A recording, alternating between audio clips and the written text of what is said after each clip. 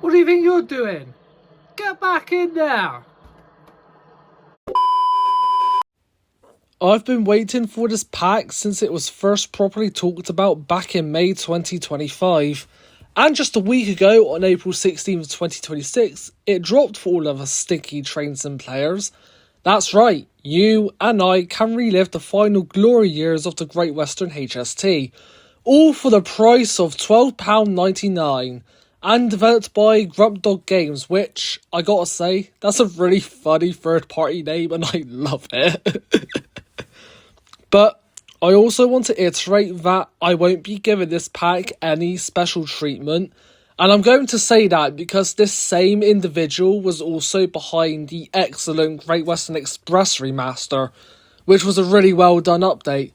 And I'm also saying this because unlike the remaster, which was free, this is a payware add-on, and it just wouldn't be fair to judge this with any sort of bias. Sorry, that's just how it has to be to make it a fair review. Anyway, what do we get with this pack? Well, you get a total of 7 new liveries for the HST, which comprise of 43002 Sir Kenneth Grange, 43093 Old Oak Common, 43185 Great Western, both Welshmans comprising of 43187 and 43188 Geraint Thomas, GWR Vinyl and GWR Unbranded. We also get a Mark 1 barrier coach in both blue and green liveries too.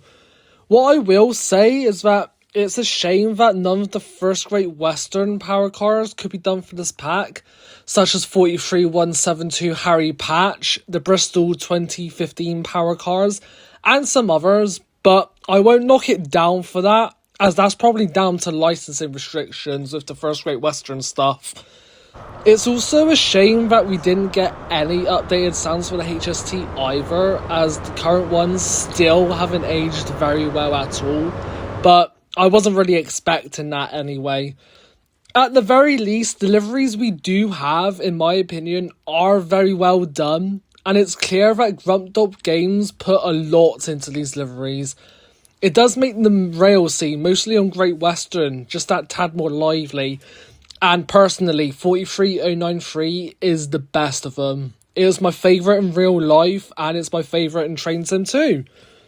In terms of gameplay, you get 6 scenarios, 3 for Great Western and 3 for Riviera, and a few additional services for both routes, and, well, that's it really.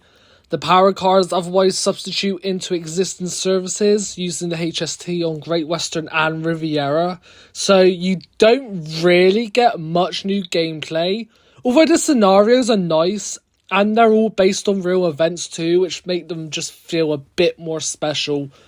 Most of them are one and done, however, like most scenarios in this game in general. Although the Farewell one allows you to choose one of 4 services, much like Down the Line did, so there's some replayability at least. However, this pack is also a little bugged. The Mark 1 is completely botched in the livery designer. It reminds me of the HKA, but with screw textures this time. The Mark 1 cannot properly connect in the formation designer. The Ferris wheel in the open day scenario is also missing a wheel. AI HSTs use night lights in the daily.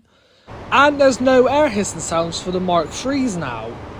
The updates before this pack also broke the 166 announcements, as they now don't play as expected, which I do have to ask how an update manages to do that. So, for £12.99, I do think it is a bit expensive for what you get.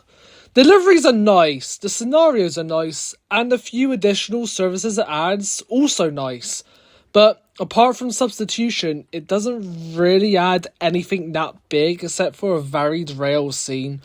Is it bad? Hell no! It's a decent pack made by Grump Dog, and bar the annoying bugs, I can have fun driving with all these liveries. I just think that £12.99 is a little much for what's essentially just a livery and gameplay pack.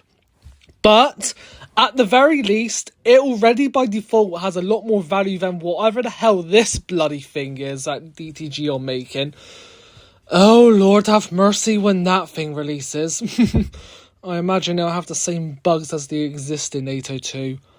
But I'll leave it up to you. Get it if you want the well done liveries and scenarios. Don't get it if you aren't interested in the HST.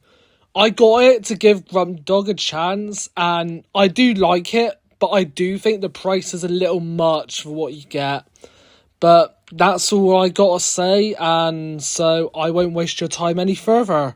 Goodbye.